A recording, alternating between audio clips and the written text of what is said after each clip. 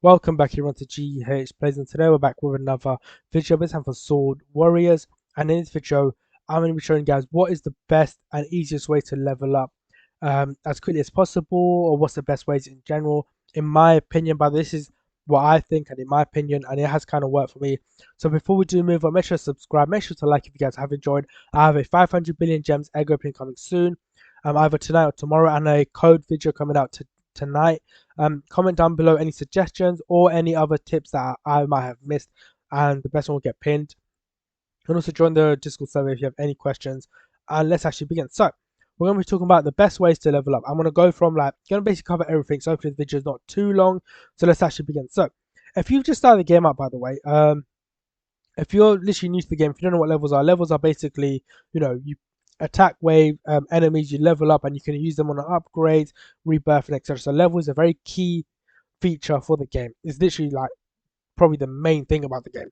But yeah, so if you started the game up, by the way, you can easily level up just by playing the first world, and you will level up in no time. It might take some time, but you will get, well, not really, but yeah, level once you start up, when you're like new to the game, it's very easy to level up. But once you get to the late stage, it does get difficult, which I'll mainly touch on. So the first thing is actually you get 50% XP boost if you play with your friends, and if that's a random person, like say you just met on, you just joined, and there's someone doing the same world you're in, just add them. Just be like, oh, do you want to add each other for that 50% XP? Then you can delete them afterwards, or you can make friends. You can be that could be your sword warriors buddy or something. I don't know.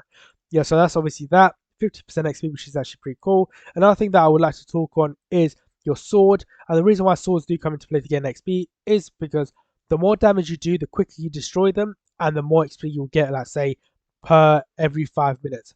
And so, for example, if you have like the worst sword, you could get 1,000 XP for every 5 minutes. But if you have the best sword, or a decent sword, I would say not the best, a decent sword, you could get 10,000 every 5 minutes.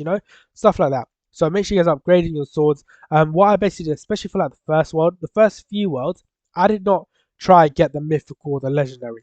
I tried to get what I could. I always got the epic and I moved on. That's exactly what I always got, the epic, and I moved on. Apart from when I got to like the last two ones, it got a bit, a little bit techie. But yeah, so make sure you guys are getting better swords, because the better sword you have, the more damage you'll do.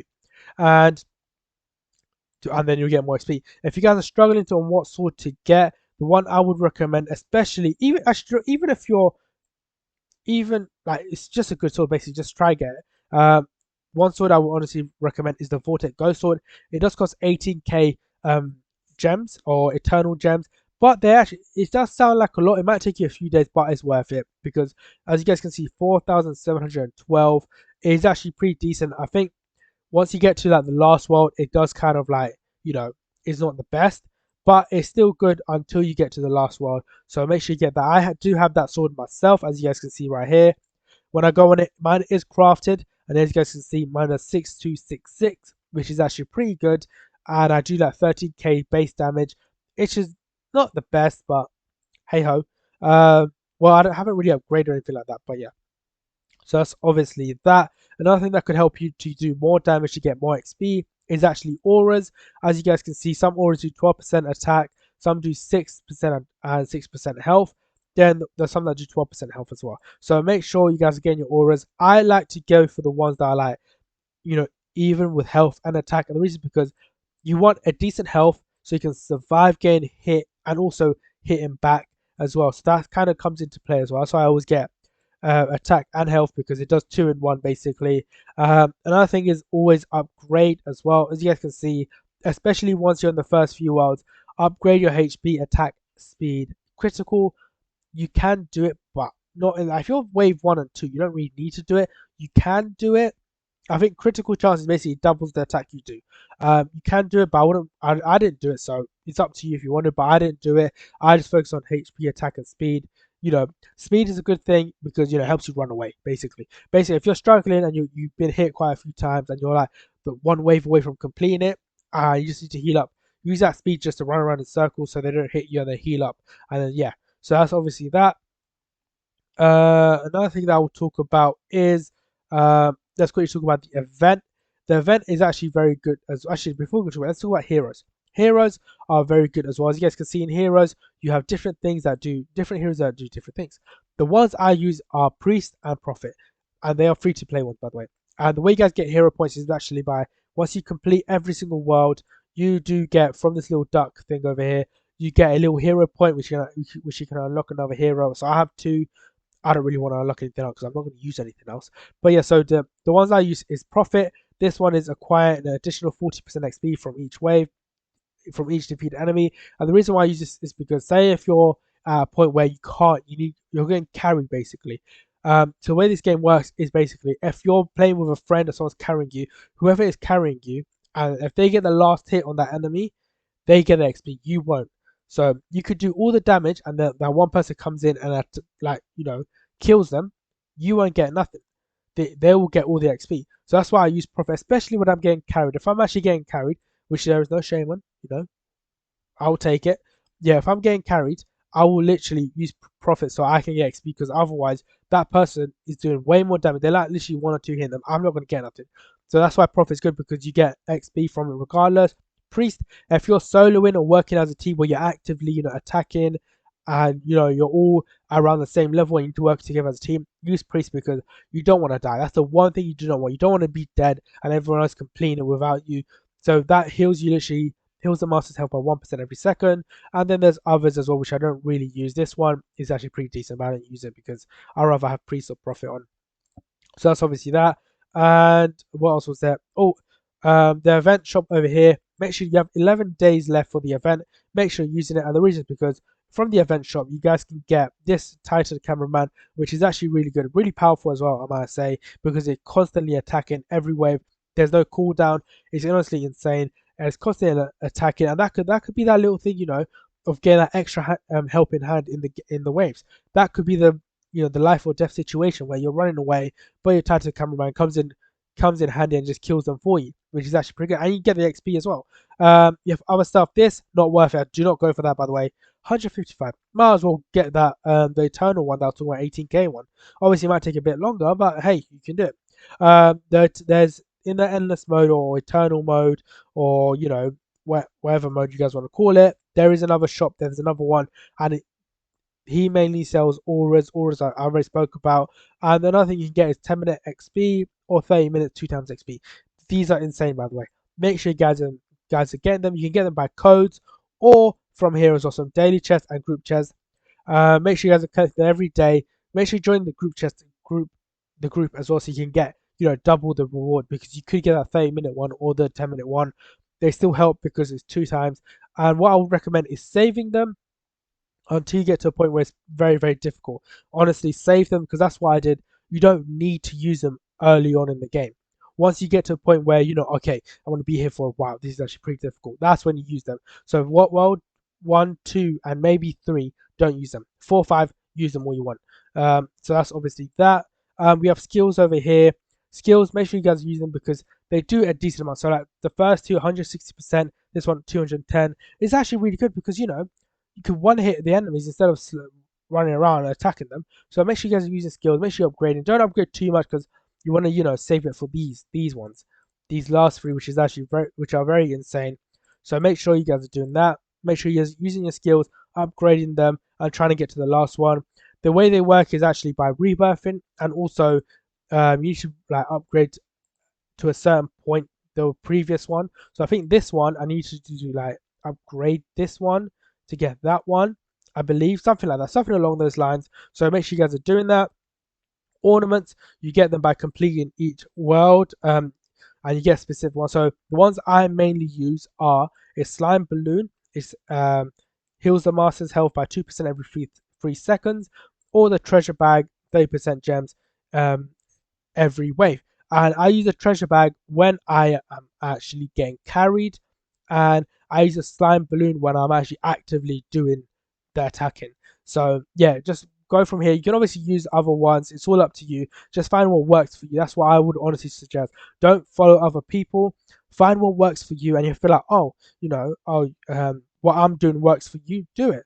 And if it's like, oh, what he said obviously does make sense, but it doesn't work for me, don't do it. Just do what works for you because you don't want to be one of those people that are playing and you're like, oh, I'm just doing this because he said it or she said it. Just do it because it works for you and you're comfortable playing like that. So make sure you guys are doing that.